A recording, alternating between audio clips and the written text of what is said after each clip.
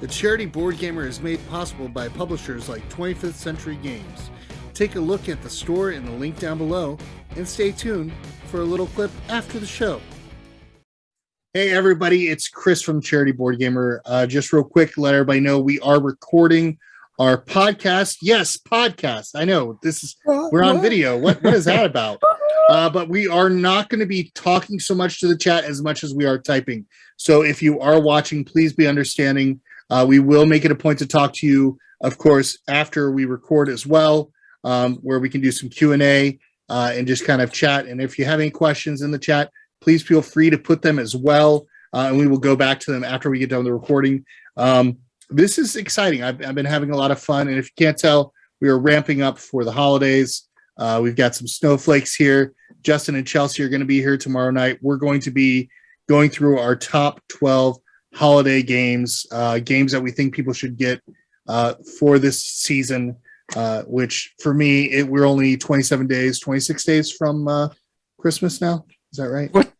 I don't know. Not 26 days. We're more than I was that. like, whoa. I was like, It's only November 4th. I know. Well, I still the start celebrate. the start of the Christmas season. Well, maybe that. it started November 1st. What are you talking about? Who cares about Thanksgiving? We're going been straight watching- into Christmas. don't say that. I'm now. just kidding. I've been I'm watching my favorite Hallmark holiday. movies, Hallmark Christmas movies in October. So So for any of you watching, just be understanding we are not ignoring you. We will try to type and talk to you in between, but we are going to, of course, be doing recording. We have an amazing guest tonight. This is Kelly from Chick Out Gaming on YouTube. Geek Chick Gamer. It's geek.chickgamer at the Instagram. So we're very excited to have her on. We're going to be talking about games, talking about her loves, and we're going to talk about our surprise top 5 tonight. So, we ready, everybody? Oh, Yes. we're ready. Whenever Okay. you are. Okay. All right, here we go. What is up, everybody? Hey, welcome to the Meeples of Joy podcast. I am, of course, Chris from the Charity Board Gamer, and I have some amazing people in here today that I always love. Of course, there is my encourager of chaos, the wonderful Chelsea. hey everybody, this is Chelsea, and you can find me at Chelko's Corner on Instagram. And I always like to encourage Chris's craziness. And we also have with us the one who always keeps us in check, Mr. Justin. Yeah. Hello. I am Justin from Play Games Spread Joy, and of course you need me here because both you and Chris have a tendency to kind of wander off in your own directions, and so we're going to see how well this goes tonight. Never. But Chris, you want to tell everyone who our guest is today? Yes, we have Kelly Council from Chick Out Gaming, also known as geekchick.gamer on Instagram. Hello. Hello. So tell us a little bit about yourself. Tell us what you kind of do within board gaming. So I really started my Instagram page during COVID. I think a lot of stories are going to start that way. Yes. My board game love really flourished about 3 years ago. But truthfully, my collection did not ramp up till COVID, and it just sort of exploded. My husband and I tried a whole bunch of different genres that we've never really even dabbled in before. So that opened up a lot of different avenues for us, which was fantastic. That started me on my Instagram page because I truly just fell in love with designers and illustrators. And I truly like to show board games, the actual board itself, because I don't feel like a lot of people appreciate all the illustration and design work that it goes into them. So that's where my love came from. So as a content creator, it just kind of built around me. Everybody could feel my excitement for things. And I got a lot of people that reached out, or publishers that reached out to review games. So I'm all about getting games out that maybe people haven't heard of, or new upcoming games that are on Kickstarter. I have a pile right now of reviews that are coming out. I have tidal waves, Wild Islands, Hippos versus Hamsters, Storm Dragons, and there's another one over there that I can't reveal yet. But I love doing stuff like that. I love showing what's in the box. Upgrades are super important to me. If a game, let's just take Bonfire, for example, like Bonfire, and you open up and there's just bleh in the box. It's just everywhere. Yeah. I don't know how else to say that, so we're just gonna go with that. And inserts were a big thing for me. My first true insert was probably for Terraforming Mars, from Broken Token, and that opened up a whole new realm for me. We started upgrading components, which is its own beast in itself. And then I got a resin printer and started doing my own. And hopefully someday the dream is to open an Etsy shop and just, put up everything that I've created. That's really nice. Now, what, there's one thing I know that we've talked about before. We've talked about charities, of course. Is there any charities or nonprofits that you think that people should know about? Yeah, so big charities that my husband and I are involved in. We're in New England and we donate to the Boston Children's Hospital. I don't think a lot of people realize what it takes to fund their research or keep the hospital alive or be able to do the miracles that they do there.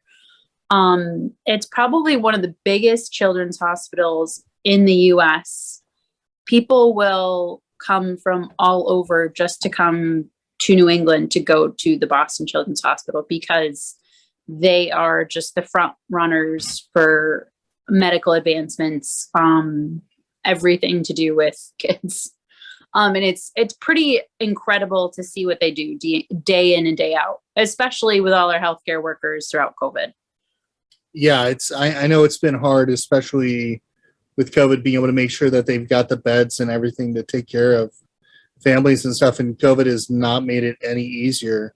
But it's awesome that you've got like a hospital that definitely is getting some love. And I mean, children's hospitals are very close to my heart too. I think to myself, you've got your two kids, I've got my three, and so God forbid something happens. Right. What do we do? How do we handle that stuff? So, I completely understand that. Just that craziness and not knowing where the finances might come from and the stresses that come with actually being a family and trying to be present with your child. Yeah. So you're not having to worry about those situations. So, yep. Yeah, it's wild. Now, what are some of the games that you like playing with your two kids? So we have a 4 and a 1-year-old, so they aren't really big gamers yet. My 4-year-old will play Blockus, but not actually play Blockus. She puts the pieces on and she gets that how they connect, and she'll just put them all on in color organization. She's not quite there yet. Games that we play with her are matching games right now. She's definitely intrigued because we always leave games out on the table like, Too Many Bones is taking over my table right now. But so she's always wanting to play with pieces or roll dice. So she'll get there. I'm hoping by the age of 5, we'll actually be able to introduce her to a game, like an actual game. Oh yeah. Yeah, definitely. I mean, you definitely want to have some games that are definitely enjoyable for the kids, and to kind of develop them, because I know for our kids at home, being able to help them lose graciously, and just being able to handle that, I think is so important. Yeah. Justin, my husband, and I have talked about that quite a bit, how we're going to handle the kiddos when they can actually start to play games. And I think my words were, I'm going to crush their souls into oblivion, because I love it. I don't want my kids to be like little mamby-pambies.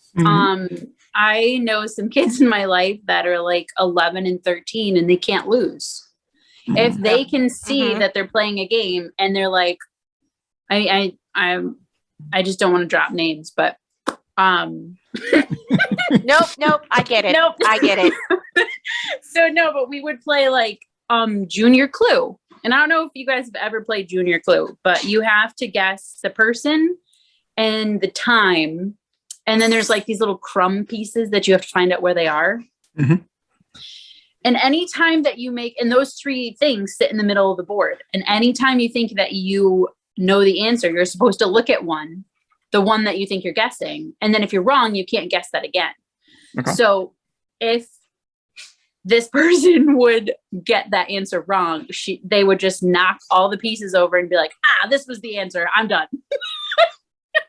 So I'm like, I said to Justin, I'm like, no, our kids are going to learn the heartbreak of what it is to lose, because otherwise they're not going to have that gumption to come back and try to use a different strategy. They're just going to always think, oh, mom and dad are just going to let me win. No, kid, get out of here.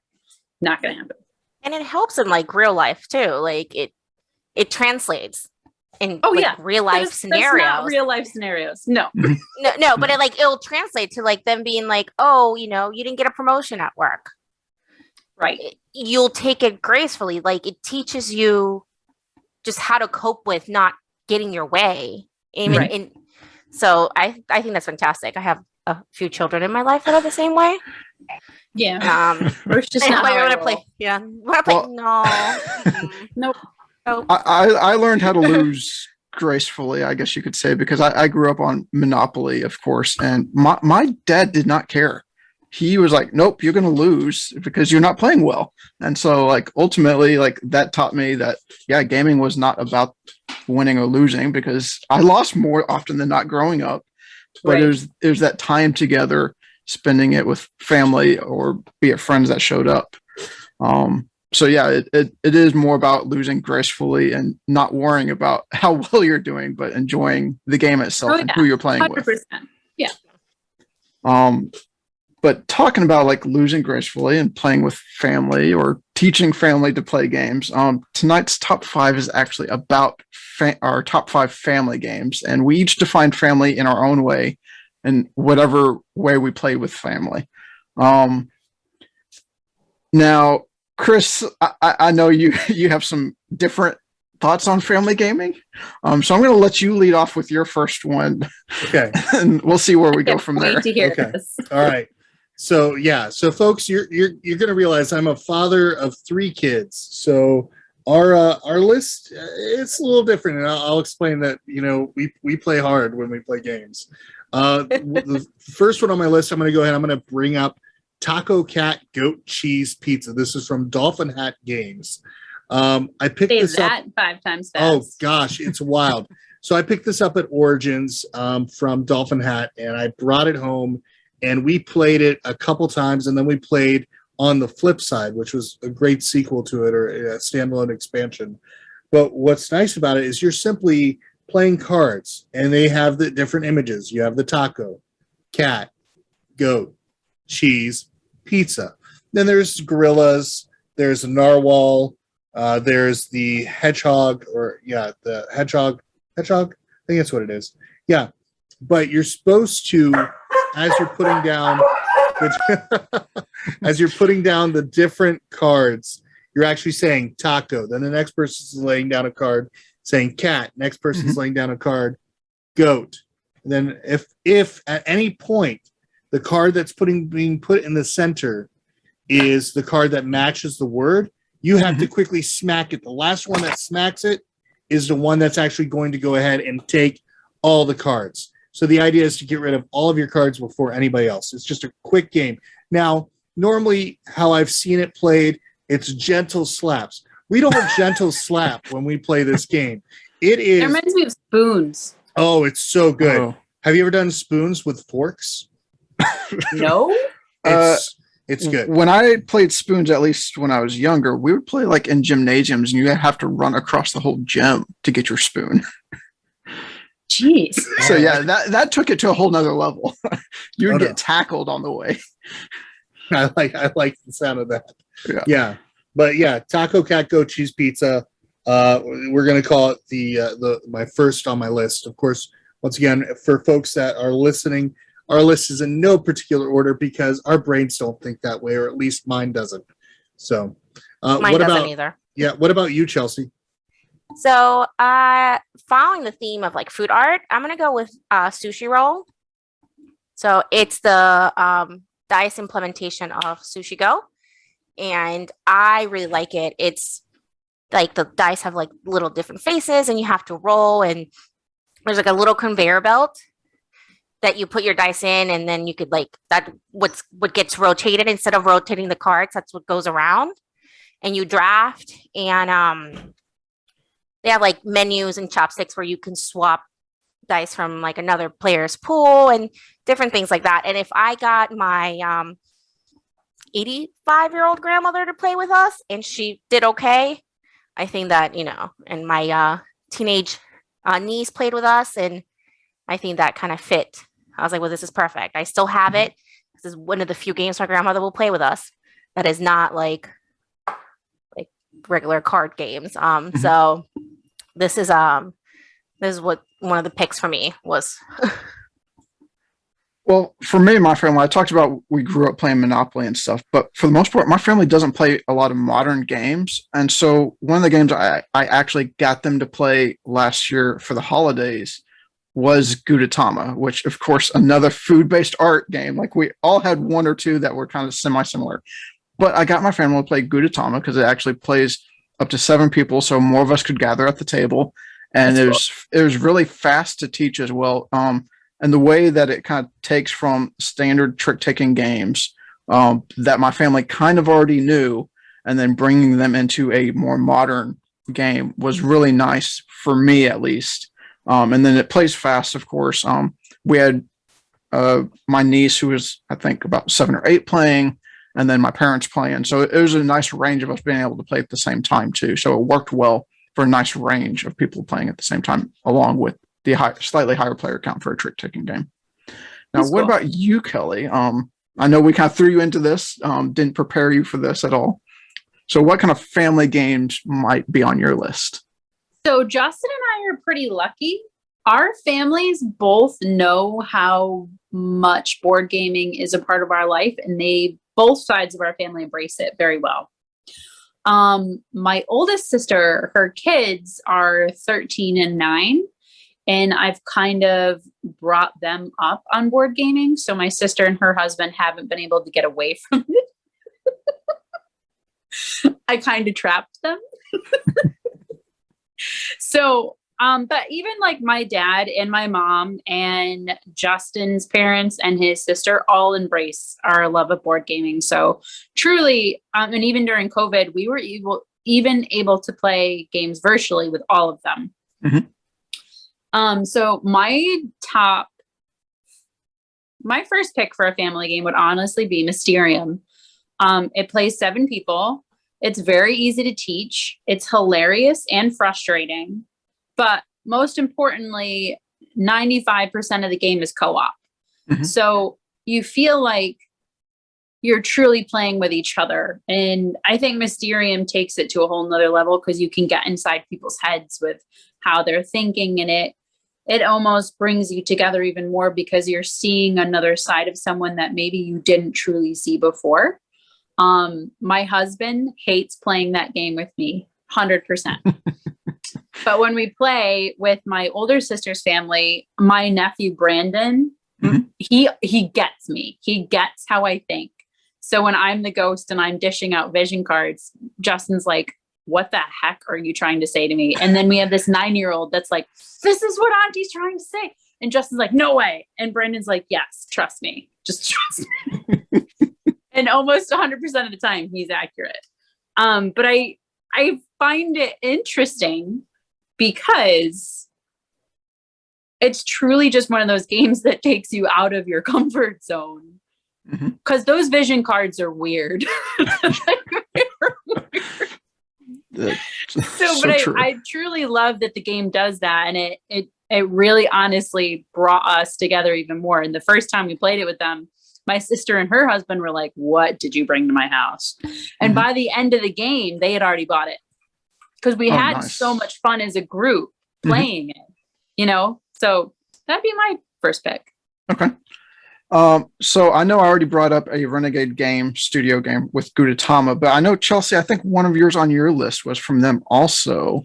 It is. It's Bargain Quest. It was a couple years ago. It came out around Gen Con. I also think they did a Kickstarter for it. And we went to, it was our first Gen Con, and we had tried it. We had seen it, and we're like, oh, we're going to, we'll loop around and we'll try it in a weekend. So like Sunday at like, I don't know, 4, we're like, oh, there's an opening. Let's just walk up and play. And we're sitting there and we're having so much fun because you're like outfitting this hero to try to beat the monsters, and you kind of have to, everybody is attacking the same monster. And everybody gets points and stuff from attacking the monster if you win, and everything gets split, but whoever has the most points at the end wins. So they're still a little bit competitive. You kind of want to do better than everybody else, but you'll have the same path to, you want to kill the monsters and have the most powerful hero. But we played and we're like, oh, do you guys still have copies? Sunday at Gen Con. And they're like, we're sold out, but check out the pickup, like the online order pickup stuff, and see if they have anything, because they'll sell it to you so they don't have to take it back with them, and then they'll ship the person their stuff once oh, that's so cool. I never would have thought about that. And I was like, okay. So we literally like ran out at like 5, and they're like, yes, take it. And we bought everything. I think we were missing like 2 little packs, but we bought everything. We're like, yes, we'll take everything. And it was so much fun that we immediately like ran over to like the room that they had set up out in the hallway to get it. And it's so much fun. And we played with a whole bunch of different groups of people, and I always enjoy it. The iconography is pretty simple. It's not very all complicated, and it's just light. Even though like you still have to have a little bit of strategy, it's still very light and like fun. Yeah. It's not very complicated, and it's a good quick game, I think. So. Well, I haven't tried that, but from what I've read about it, it's kind of very adventure based. So something that was on my list, it's a series of different games. And since we've already kind of brought up co-op with Mysterium, I have the Unlock series of games from Space Cowboys. This is actually one of the other types of games I got my family to play last year because it was a co-op. And so we could actually work together, and they didn't feel that, oh, I don't understand how to play, so I can't play it because I'm going to be left behind and not do as well as everyone. So we were actually able to work together. And that whole series, there's so many different themes, from Star Wars to, I know there's like a circus one, there's a werewolf one. And so there's so many different options for different themes that different families can enjoy in that. I couldn't not add it to my list, especially since I actually got my family to play it this past time. Now, Chris, I think you also have a series-based game on your list. Yeah, I do. I've got on my list for, like, we're talking about series. Series-wise, it has to be the One Night Ultimate series. Yeah, I am a that's a good fan. one. Yeah, it's so good. One Night Ultimate Werewolf, One Night Ultimate Daybreak, One Night Ultimate Vampire, One Night Ultimate Alien, One Night Ultimate Supervillains, and then, of course, all the extra little things. We've got the big box of that. It's a lot of fun. When I had just gotten into the hobby, that was about mid 2018, I entered a giveaway through Bezier. And I think it was on International Tabletop Day. I didn't even know what that was, but I was watching a video, got a copy of the game. They sent that to me. They sent me like the, I forget what the boxing, the shelving, whatever it is. They sent like something, and my kids and I, we went outside, we stained the box that all the cards and everything went in. They sent the sleeves. It was just an awesome experience. And it was a game that we had already been loving. So they sent us the whole rest of the collection, minus, of course, Supervillains, because it had not come out yet. But it was so much fun. We had a blast. But yeah, that is the game that, like, Bezier Games, they won my heart with that, because we would play that every day before I would go to work. We would play at least 1 to 3 games of it just family time, and that is why I've gotten so much into the hobby. What about you, Kelly? What's a game what's another one that you've enjoyed? I'm gonna go on the heavier side. Viticulture is a good family one for us. It was easy to teach. We got Justin's sister hooked to it first. And she bought it, brought it home. Because we're about 2.5 hours from Justin's parents. And she taught it to her parents. And with viticulture, you can play up to 6. And yes, it is a heavier game. Truly, though, viticulture isn't hard to learn. There's only a handful of rules. The mechanics make sense. It's a basic worker placement game. You take this space, you get this.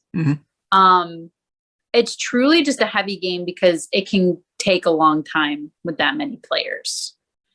But it's still fun. It's got a nice take that element, because if someone takes the space that you've been building up for 2 or 3 rounds, you get pretty pissy. Fair enough. Or someone plays like one of the summer winter cards out in left field and you're like, oh, that just killed my turn. And those are just fun. We enjoy that game a lot. It plays good though at any player count. It plays good at 2. It plays good at 3, 4, 5, 6. So it's definitely one of the games. We actually get to play that one virtually too over COVID. Okay, nice.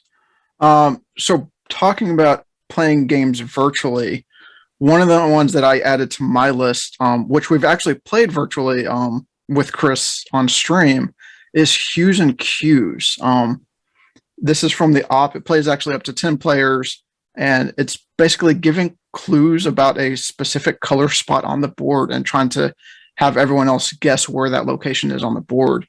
And it works so well for almost all ages, because you can give any type of clue and be like, oh, I can't say orange because with the orange color, but I can name any object or any other type of clue that would make someone think of the color orange. And so it works so well across not just small families, but across friends, across even potentially cultures. So you can play on stream with other people, if they're either across the US or across the world. So it's so great to bring families together in that way. Now, I know, Chelsea, you had a very colorful game on your list. Do you want to talk about your choice? Sure. It happens to be another Renegade Game Studios game. It's Succulent. I had the privilege of teaching this at different cons, and I've had all sorts of different age players, and it's always been so much fun. So you're trying to collect clippings from a board in the middle to complete projects, and they give you points at the end. So it's just, a set collection, and you place the cards in front of you, and you're collecting your clippings, and it's so pretty. Like, it has like the succulents theme, and then they have like these like water droplets that are like little gems. They look like gems, and they're like light blue and dark blue, and they're just so pretty. And for the longest time, I just played it digitally, and it took forever. I mean, it didn't take forever. It was about 45 minutes to an hour. And then I had the chance to play it in person with my teen niece, and we were done in like 30 minutes. And I was like, oh my gosh, this is super quick. Like, we got another game in within an hour, and that included me teaching her the game. So it's a favorite, and just the theme itself. It's just a theme I enjoy. So that was on my list. So you brought up that plays pretty fast. I think Chris had an even faster game than that on his list. It's only fast because of Elijah. So like I said before, our family games are maybe not as family as most people would think, but Coup is a game where you're, of course, setting down cards in front of you. You have 2 different roles, and you basically are bluffing and trying to get away with it. And people will call you out on your bluff. If you are not bluffing, you'll flip over the card to show that you're not, and then they will have to reveal one of their cards, and that is one away from losing. It's very much an elimination-based game. and my son has learned how to lie through his teeth, and he can do it with such amazingly well. The thing is, he plays so straight-laced throughout the majority of the game, and then right towards the end, that's when the lies start happening. But you don't know, because he might have the Duke. I don't know. I've already seen 2 Dukes out there. I thought it was the Duke. Maybe I'm not the Duke. But the kid is a stone cold killer. But yeah, that is Coup from Indies, Boards, and Cards. So what about you, Kelly? What would be your next pick? One of our favorite family games is Sheriff of Nottingham. That's one that'll play fast because you only really essentially get 2 turns around the table. So even if you have, 4 players up to 6, it goes pretty quick. It's nice because people that you can play that game either lying through your teeth or playing straight laced. I've seen people win both ways, truly. So it's nice that you can dabble in either or and really kind of mess with people's heads or bribe people. And then they did come out with the expansion for Merry Men, which gives you 3 different mods for that game, which are just fun. The one that our family enjoys the most is you get to pick 2 rules that everybody has to follow for the round. Okay. And whoever's for the sheriff for that time gets to pick them. So it's a lot of fun, a lot of variations, but it's nice because it's one that you can go through fast and get a couple games in. We usually play that at big gatherings like Christmas or Thanksgiving.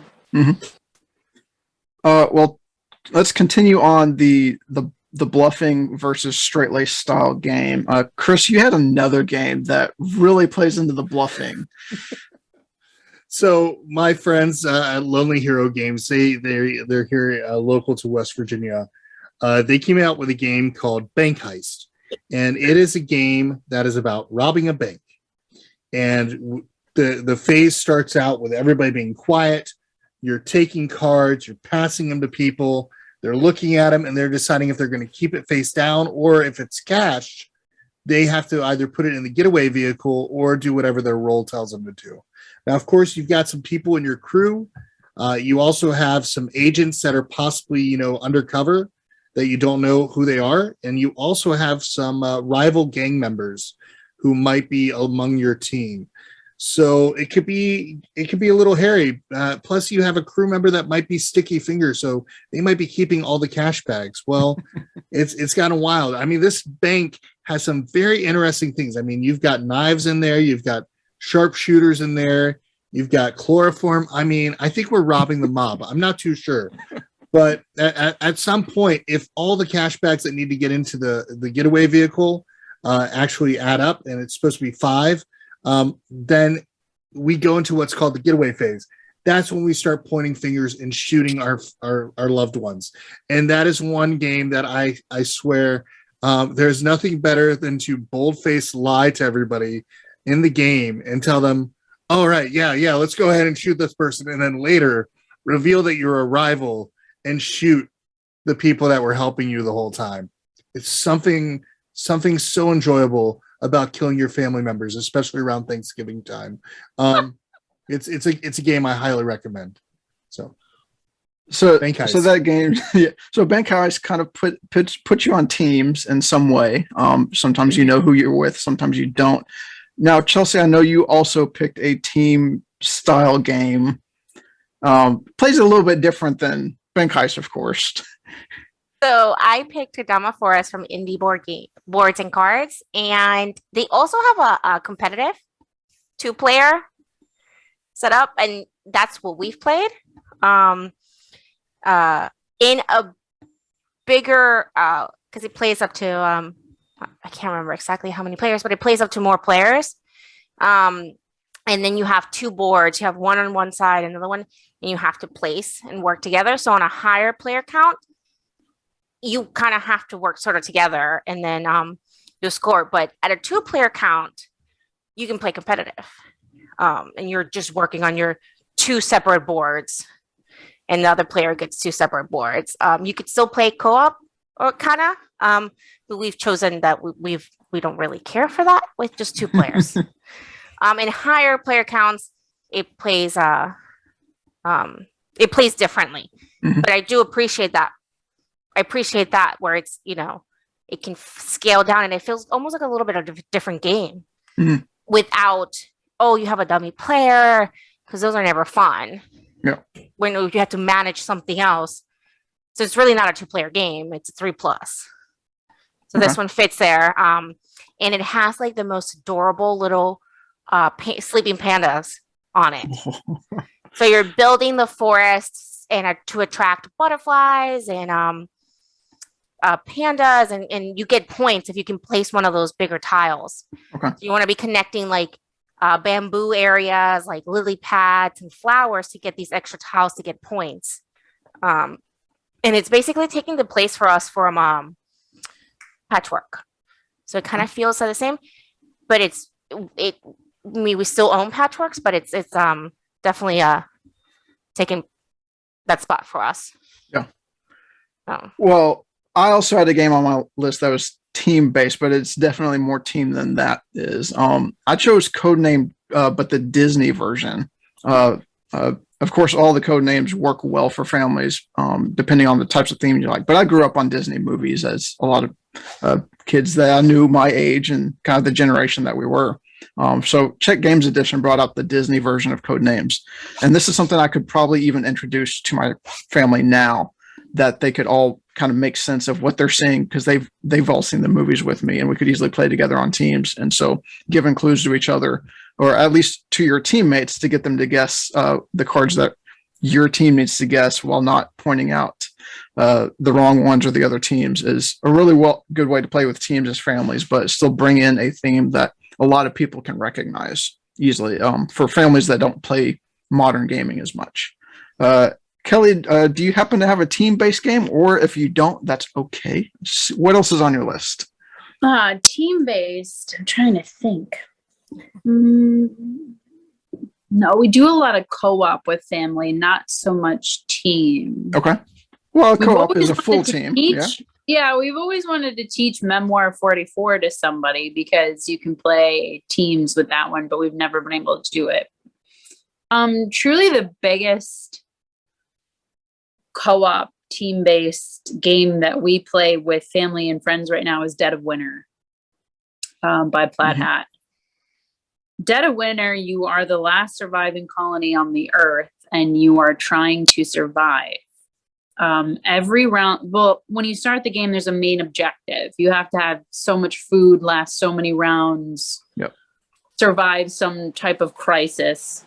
And every round you have to clean the waste in the colony, feed the colony, because you'll get helpless survivors. I call them useless survivors. Because they don't do anything. Yeah. But Dead of Winter is a great co-op. I almost want to call it a gateway game, honestly, because it gets people into dice rolling and dice management and resource management, and you're there to help them every step of the way. Okay. But Dead of Winter they were the first ones to introduce something like what we call the crossroad cards. It's a card that you pull at the beginning of someone's turn, and if it triggers at all during their turn, like they could sneeze, or they could move a character, or blink, or say something, and that card triggers, and then you have to do the action on that card, which is fun. There's 2 expansions for that game. There's a standalone expansion, The Long Night, which they brought in 3 different modules. It was the Raxon module, the Bandit module, and I forget the other one.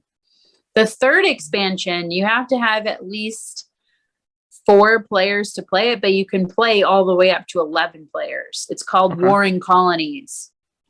And you have to have the base and the Long Night to play it. We've been teaching everybody in our circle Dead of Winter so we could get off a Warring Colonies game night. And we finally did it in the beginning of October. We had a 10-player Warring Colonies game. And it's intriguing because 2 players, there's 2 different colonies. And while one person from one team is taking their turn, one person from the other team is taking their turn simultaneously. Whoa. And whoever gets done with their turn first flips over a timer, and then whoever hasn't finished their turn only has that much time left. So you've got I like to call it like too many hands in the pot. You've got all these people screaming at you to do one thing or do this before the timer runs out. Right? Oh my But it's very fun. And at the end of the rounds, like if you're on the same spot as someone else, you have to battle it out. You could die. Mhm. You could lose food or resources. And in Dead of Winter, if you die, your morale goes down. If morale goes down all the way to 0, you lose. Ooh. So it was an interesting take on such a nice, easy co-op like game. Mhm. And it just turned it into this exciting game night. We have another one actually planned on Saturday because people loved it so much. We got it going again. Oh, nice. And even Warren Colonies gives you an extra variant. It's called the Lone Wolf. So if you have an odd player count, someone's the odd man out and they're in like this own little den surviving by themselves. It's great. It's really a good game. Nice. Well, speaking of the Dead of Winter, the last game on my list, I guess I could say traditionally grew up playing this during the dead of winter, during New Year's, every New Year's Eve and New Year's Day. My family would play Mexican Train dominoes. Like it started out as like regular dominoes, but then we transitioned to Mexican Train, and that was it. We never changed from that. And like for years, it was we would play like double 12s or double 16s, like the biggest set you could find, have multiple tables going. You would play through like after midnight, you'd put it away. Next morning, you get up and continue the full game on New Year's Day. And so we played the full set, all the dominoes, all the way through the game. So for me, that was more a tradition of family time together playing a game, even though it's not like something super modern or like over the top unique. It's for me, that is the quintessential family game for my family. That's cool. So I know, Chelsea, you had one, the closest thing to dominoes would be tile laying, is like Yes. modern mechanics. So I know you have a tile laying base game on your I list do. for the I last one? have Karuba from Haba, and it was probably one of the first games I played with Chris. And that just for that, it has a special spot in my heart. I Oh, played with him online, digital, and then immediately went and bought it. And then my husband says I hustle people with this one because it's the only game like I'll win like more times than not. Mhm. But I make everybody play. So like my cousin comes over, I'm like, well, you want to play this with me? You want to play? And I just really enjoy it. It's fun, and I always like how everybody boards looks different.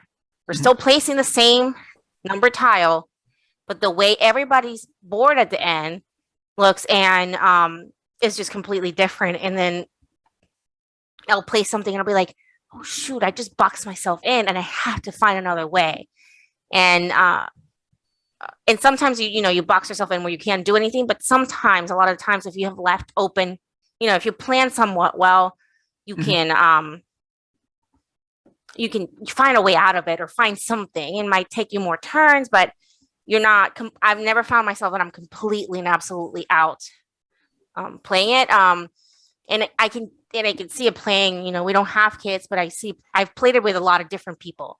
Yeah. So it plays. I feel like it plays well with gamers and not necessarily heavy modern day gamers. So it's it has a spot in my heart, and it always will.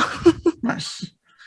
I love And it. then, Chris, I know you had one more on your list. And what did you end with?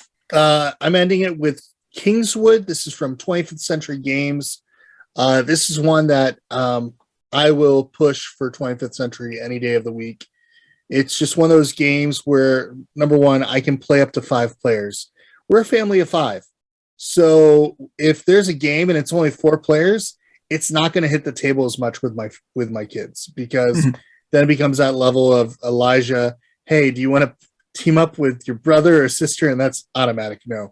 And then do you want to it team literally up? just makes it feel like someone gets left out.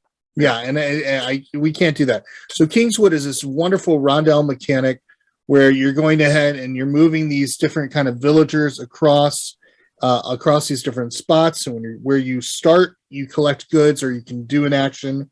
Where you stop, you can collect goods or do an action. And once you get so many resources, you can go into the forest, fight baddies, score points, and then once somebody gets to 20 points, guess what? Hey, we're nearing the end of the game. So that's something that's pretty cool. But yeah, I have thoroughly enjoyed playing it. For me, that is one that I will constantly recommend to people, especially families. It's simple enough to teach. The artwork's beautiful. It's done by Tristan Rawson, who also did artwork from Tranquility and also did the artwork for I'm trying to think, Pebble Rock Delivery Service. So everything artwork wise that's come from him, it's playful enough and it works really well for families. But yeah, the monsters look cute. The goblins don't look scary or anything like that. So it's very well done from 25th Century Games. I think Chad was genius for picking that one up. So yeah. So Kelly, what would you say is the last pick for you? Sometimes considered the hardest pick. So realistically, if you think about my family, I have my husband, who is my ultimate board gamer, in my life. And then I have a 4 and a 1 year old. So realistically, right now it's me and Justin. So I have to go with our favorite game because that is my family, right? So our favorite game right now is Too Many Bones by Chip Theory. We have been hooked on this game, and I kid you not, you can check my Instagram page, for almost a solid month. I don't think we have played much anything else. It's all about these gear locks in a world called Daylor, and they're just adventuring out into the wilderness, and they're taking on baddies. Every day you face an encounter, and it's either peaceful or battle. And you have to pull out these chips that, here, hold on, because I kid you not, it's on my table. So you get these little chips, or these are your gear locks, right? This is Tink Spot. And then you have to pull out your battle points for the day, which is your baddie queue. And you have to go around a battle mat and defeat them. All your gear locks have different abilities. Like Tink, who I just showed you, has bots. But we started with the base game a month ago, and we loved it so much we tore through it. We exhausted like everything we could. We started picking up expansions. Game Foundry is sponsoring their last expansion right now, Unbreakable. And I just spent so much money on that. It's not even funny. But it's just such a good game. Chip Theory did a really great job with, when you think about expansions, to me, people just add on like an extra player or some new element, right? Like that's pretty much your normal expansion. Yep. When you take a Too Many Bones expansion, we just talked about the first expansion they ever made for the game. It's called Undertow. It introduced you to campaign mode. It gave you more baddies, more tyrants who you face. It gave you new encounters and special encounters. And that's just who Chip Theory is. Yeah. One of the expansions that they made, called Splice and Dice, allows you to create your own tyrants, which blew my mind because that is just the coolest thing ever. If we're going to nerd out on something, let's nerd out on, you just gave me the ability to customize my game. Yep. That's awesome. And not only, and I'll just end the note on this because I could just talk about Too Many Bones forever. Chip Theory puts Easter eggs in their games. And if you can figure them out, you get special promos. I don't know any other publisher that does that. I'm not sure I can think of one either. Chris, Chelsea, do y'all know of any? I 100% love Chip Theory for that. Yeah, Chip Theory is great. Andrew and Josh and all them over there, they are fabulous. We've got our copy of Undertow here, which I am excited to get into very soon. Please message me when you do. I will. I've played Too Many Bones. I think one of my favorite things is the mat. That if you get it separate, the mat that you can use to understand like the time of day and everything, because it makes it, for me, I'm very much a visual learner. So and I visual and kinesthetic. So like The being able to adventure turn mat, it, yeah. yeah, Mhm. that makes it so much easier for me to understand it better. So you can go show it. That'd be cool. So So the normal game of Too Many Bones, you just get a day chip. It's a day counter that you turn on a card. Mhm. What our good friend is talking about is the adventure mat. Oh my gosh. So now this little chip goes here. Oh, so it has a And you space turn cut it. out for the chip itself. Right. Nice. And if you're a total upgrade geek like me, you get this that the chip goes in that then goes into your mat because it just spins. Okay. That's awesome. yeah, it's a fun game. It's an excellent way to wrap up our top 5 family games. Once again, folks, just so everybody remembers, our definition of family might be different from yours. We would Mhm. love to hear from you all. Go ahead and make sure that you do comment when you listen to this. Comment and let us know what your top 5 family games are. We'd love to hear about it.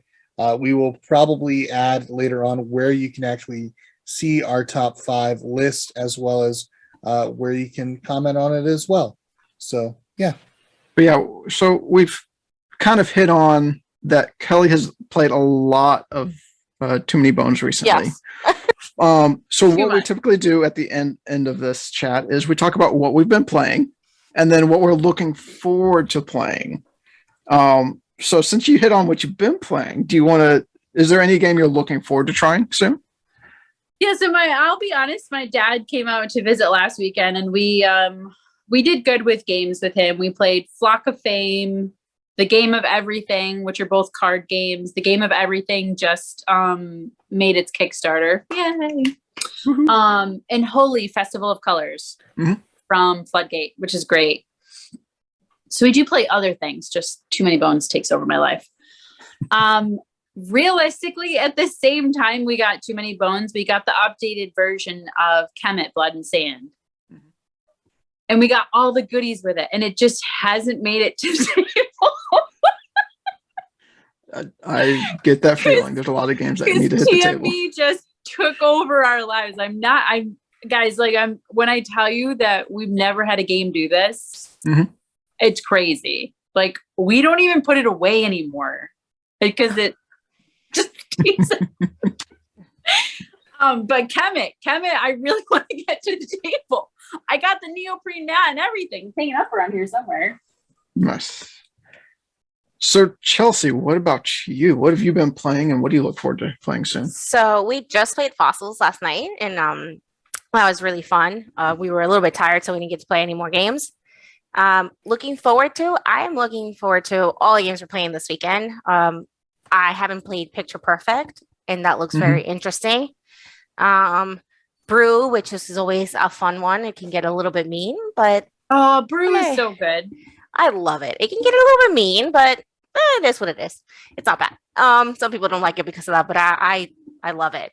And then we're getting to try again, Hungry for Humans. So I'm really excited for that one because now I know how to play, and I'm not gonna play and screw up my cards and play them too early. I got super excited, and I was like, oh wait, and I miscounted, and I didn't play well. It happens to the best of us. I was like, bam, and then I was like, oh wait, no, I didn't. No, next turn that would have been great. But yeah, so I'm looking forward to all of those. What about you, Chris? For me, the games. Oh gosh, I know tonight we're gonna be playing Poop the game. We're gonna be Is playing. that the one where you step in it? No, thank goodness. No, I am not gonna. No, no. This is by Breaking Games. It's a game where you're trying to not clog the toilet. Yeah, Okay, it sounds as weird as it is.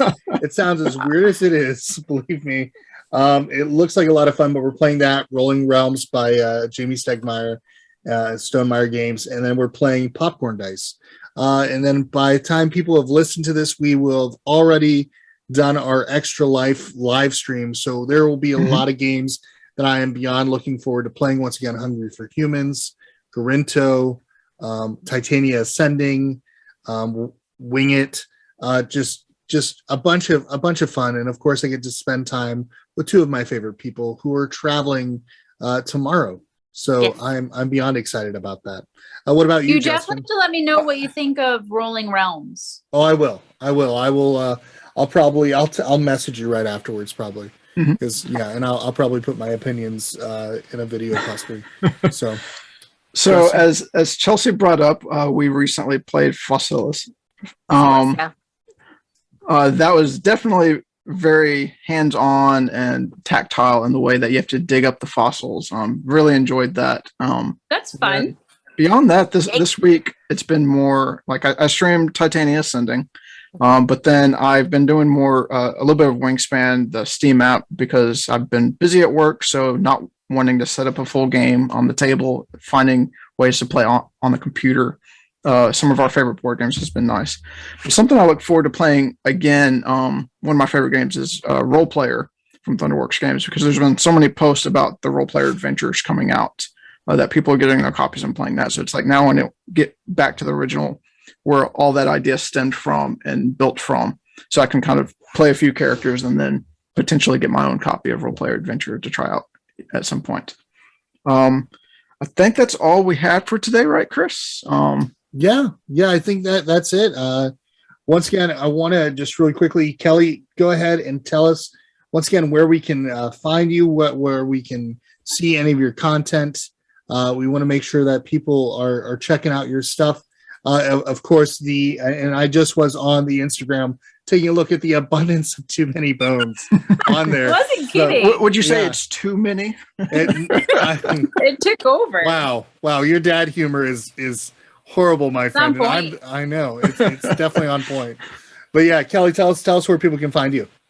So I am over on Instagram. My handle over there is Geek Chic Gamer. I do have a YouTube channel. It is definitely gotten neglected. Yes, I hear everybody yelling at me for that. It will get back on track. I am also the social media manager for Geek On Gaming. If you want to definitely check out some of our gear over there, always can hook you up. Just give me a shout out and we'll see what we can do. We have awesome stuff over there. And truly, guys, I wouldn't promote it if it wasn't something I believed in. I wouldn't work for them either if I truly didn't believe in their stuff. Mhm. We are on TikTok. You can see I beat up all of our stuff. Literally, I drive over it. I hit it with a hose. Okay, so that's what I need. Shove it down the stairs. Yep, done it all. Threw it out a car window. But no, Oh my seriously, truly, if you ever, what I really truly boast about, and I think what my followers appreciate the most, is I'm a very honest reviewer. If something doesn't work, like if I have an insert that doesn't let you close the lid on the box, I'm going to tell you. If it adds a crazy ton of weight to a box, I'm going to tell you. If a game truly didn't meet my expectations, I'm going to be the first one to tell you. I'm not going to bash the game. I'm just going to give you my honest feedback. Mhm. I love all types of games, light, heavy, fun, quick, long. So truly, you can throw anything at us and we'll play test it to the max. Truly, I would love to get into some people's rulebooks and make them reprint them. Chip theory. But yeah, that's truly what I'm all about. I love promoting Etsy shops with upgrades because, like I said, I do love upgraded components, anything like that. That's what you'll find me all about. Awesome. Well, we appreciate you joining us today, and we also want to thank all the listeners for tuning in and taking a listen and just kind of going along this journey with us. So just in general, thanks for listening to the Meeples of Joy podcast. I'm Justin. I'm Chris. Chelsea. We'll work on that. All right, let's do it again. Let's do it again. It's good. So thanks for listening to the Maples of Joy podcast. I'm Justin. I'm Chelsea. And I'm Chris. Thanks for listening. Bye. Bye. Bye, guys. All right. Okay. So now we're pausing and we can talk to Twitch again. Yep. Yes. We are going to stop the recording thingamabobber robber. You can And- keep recording until you're done with Twitch, Oh, it's Chris. over. You don't have Okay, to worry about that's that. Yeah. Okay, sweet. Okay. So it's easier for you while streaming. Oh That's why I man, that tried was to a lot push of fun. it for you. Hey, folks, thanks for watching too. I appreciate that. I know some people had were telling us. I know Beyond Dead 13 said My Little Scythe and Cat Lady are probably the favorites of the few games. I agree. I agree to My Little Scythe because, Mhm. and I feel this way, and I don't know, Justin, if you feel the same after we played Scythe. I like My Little Scythe more. Well, I've not Why? played my Little Scythe. Scythe mechanically worked well, Yeah, But it to works me- well. but to me, the artwork / theme is not my cup of tea. It's a bit dull. I will partly agree with you on that. I think that the learning curve at first for me when we were learning that game was a little chaotic. But well, it- that was yeah. after a very long weekend of streaming. oh my gosh, we and streamed and played so many games. we No, both but learned truly, the Scythe rule book together. of Scythe, guys, give Mhm. yourselves a pat on the back because that is a steep learning curve. Yeah, like Yeah. we learned that together. Both had never played, and we Mhm. like I tried to watch videos and stuff beforehand, but it was like, okay, we're gonna sit down. Did we stream that or just play it? We streamed it while we You were streamed playing it it. for the first time. play. Yeah. First play. I don't remember how long that took. Like It took a while, and we figured it out, and we started playing it well. Just it's not easy to get into, but once you understand it, it does flow well. I agree. Yeah, it was one But- of those ones where I was just kind of like, I don't know. Like when I'm playing My Little Scythe with the kids, it worked out well, and that actually helped me with understanding Scythe a little bit better. Which I some junior games and some kids games aren't as approachable like that. It's not like you can go from Clue Junior right into Clue or go into Monopoly Junior, go right into Monopoly with understanding the mechanics. But that game though actually did help me understand the mechanics a little bit better going into Scythe. With Scythe, I don't feel as excited about Scythe. And that might be I need another, of course, couple plays. I think that's going to kind of give me a good feel for it if it's a shelf or if it's a call or giveaway to a friend or So family member. I played the board game itself, a physical board game once, and then Yeah, I was like, oh, okay, fine, it's okay. Then we played the app, yeah, and the app does a really good job at kind of steering you what you can do and can't do. And Mhm. because there's so many little rules that you need to remember, and like this person does this differently, this gives you this, it explains everything, and if you click on things it'll make it bigger, and it tells you Yeah. and if you change your mind, you can like restart your turn and it goes back to the beginning. And so we played that multiple times while we were on vacation. Yeah. And it helped a lot just getting the game down. And I'm like, okay, well now I feel like I could enjoy the board game a little bit more. Mhm. Because it tells you what you can't do, or like it Yeah. like everything's like dimmed if you can't do it. Okay. So it's so kind of like like the Wingspan implementation, it's really good. Yeah. It walks you through everything. And for that game where so many things are happening and going on, and I think it does a good job at it. yeah. I mean, yeah, I will play it some more times. And I think that, like you said, the app might be the thing that might help me make that decision more too. Sometimes the apps have led to purchasing of games, and I think that's good. Yeah. Like Wingspan, That's a really good one if you can get around, yeah, like Chelsea said, all the little nuances. Mhm. And Yeah. it sounds like you like the app just because it takes care of a lot of the admin work for you. Mhm. So if you can find a way to get your mind around that, I think you'd really enjoy it. yeah. I'll have to try it out. But yeah, the one game that app wise was so well done and implemented, Wingspan. That thing holds your hand the way it needs to. It gets you through the game. It plays so well. Time wise, it's worth it. Wingspan. Another one though that's a Stonemeyer game that the app actually was not as good. Viticulture. Oh, really? Viticulture, the app felt like I was reading a rule book from start to finish in the tutorial. I should not feel like I'm reading a rule book. Yeah. Hold my hand. show me what to do, tell me how to do it. Yep.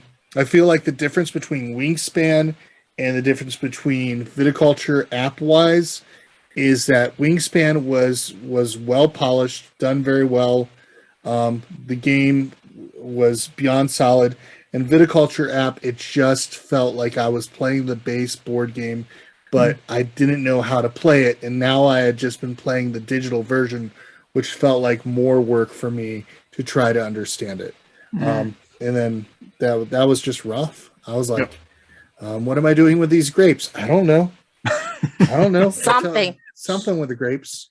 But yeah. Move 'em. Yeah. All right. Well, folks, we're going to go ahead and raid into somebody. We're going to show a little bit of love in the board game Twitch community. It's something that we like to do. I know that it's Tuesday, so that's usually mean that Matt Ryan is probably streaming right now. So we want to go ahead. I'm going to say we're going to show slow down. Stop. What did you just say? What is today? Is today Tuesday? Oh, no, today's No, Thursday. it's not Tuesday. Thursday. It's Thursday. My days are all messed up right now. Yeah, I don't was take my like- Friday away from me. I mean, it's what are you doing? You're using the wrong shaker. Oh, hey, Gary. Yeah. No. Shelly took the shaker with her when she left. So I've got my thermos. I'm just kind of using that, and maybe if somebody got the alcohol order right next time. What did you say? Nothing. Yeah, I've got those drinks. I got that martini right here for table 62. Got it. Okay. All right. Yeah. Yeah, I'll get some. Yeah. Okay. All right. Thanks. Luckily, you don't have to be a bartender to enjoy games like On the Rocks, Kingswood, and Kohaku, all from 25th Century Games. Highly recommend it. Link down below. Oh, and don't forget that 80 rolls of silverware before the end of your shift. Hey, thanks for watching our video.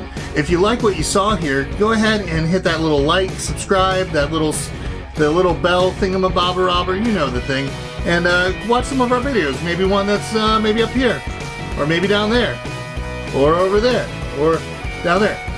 I don't know where they are, but thank you all. Remember, when we can gather at the table, we can do the same for a good cause. Bye. Bye.